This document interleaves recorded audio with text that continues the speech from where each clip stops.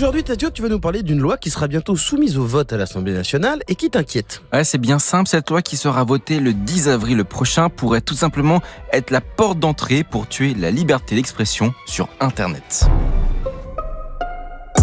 Le texte dont on parle aujourd'hui, il fait partie du projet de loi qui vise à sécuriser et réguler l'espace numérique en France. Et ce qui me fait particulièrement peur dans cette loi, c'est l'article 5 bis. Cet article, il prévoit la mise en place d'une amende forfaitaire délictuelle de 300 € lorsqu'un outrage, une injure, etc. sera observé sur Internet. Bon, concrètement, en français, ça donne quoi ? En gros, le gouvernement veut créer une plateforme sur laquelle tu pourras signaler quand tu estimes en fait avoir été injurié. Et derrière, tu auras des policiers qui vont constater si oui ou non il y a injure, et s'il y a injure, ou outrage, tu pourras recevoir du coup 300 € d'amende à la personne qui aura proféré ça, tout simplement.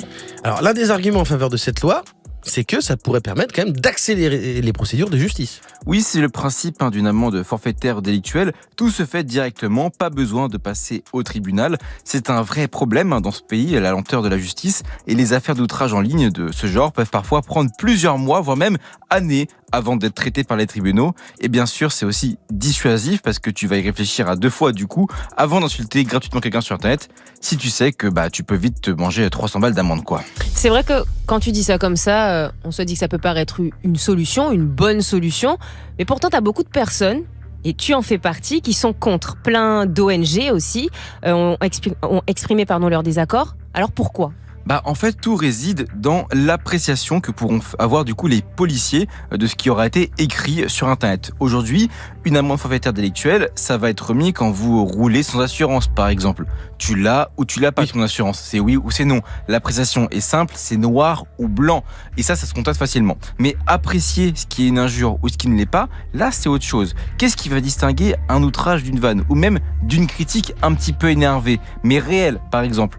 C'est compliqué à dire, et c'est pour ça qu'il y a des juges dans ce pays et que c'est leur métier, en fait, tout simplement. Et alors, l'autre question que pose l'amende, c'est comment est-ce qu'on fait pour se défendre, parce qu'on doit la payer, cette amende ? Oui, alors que tu peux aller contester l'amende à la limite, bien sûr, mais en attendant que ton cas soit observé, t'as quand même 300 balles à débourser, quoi.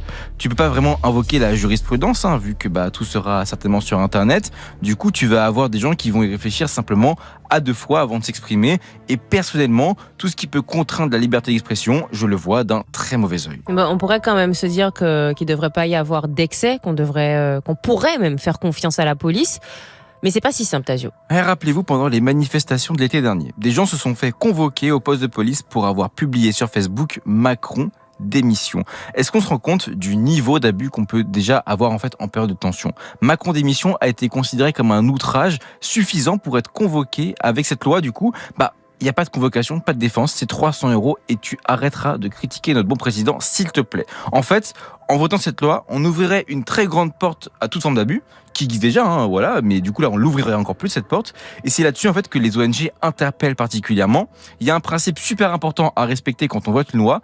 On doit toujours en prévoir la pire utilisation possible qui pourrait en être faite. Bon, c'est quoi, là, aujourd'hui, la suite ? Déjà, il faut savoir que l'Assemblée a déjà réalisé un premier vote et ont supprimé ce texte de la loi. On aurait pu se dire que c'est bon, mais comme on est en France et que les députés font bien ce qu'ils veulent, dans ce pays, on a le droit à une fameuse commission mixte paritaire qui a intégré à nouveau cet article dans la loi. En gros, maintenant, on doit attendre le 10 avril prochain pour avoir un nouveau vote. Normalement, ça ne devrait pas passer parce que y a que les macronistes et les LR qui sont pour. Mais si ça passe, on peut être surpris. Voilà, y a quand même les gens qui croisent les doigts parce que le Conseil constitutionnel pourrait peut-être faire son job et retirer cet article. Mais bon, avec la loi d'immigration, j'avoue que moi, j'ai plus forcément super confiance au Conseil constitutionnel. Dans tous les cas, j'ai envie de vous inviter à faire entendre votre voix pour que la classe politique comprenne bien que personne ne veut d'un texte aussi liberticide. Réseau, toute la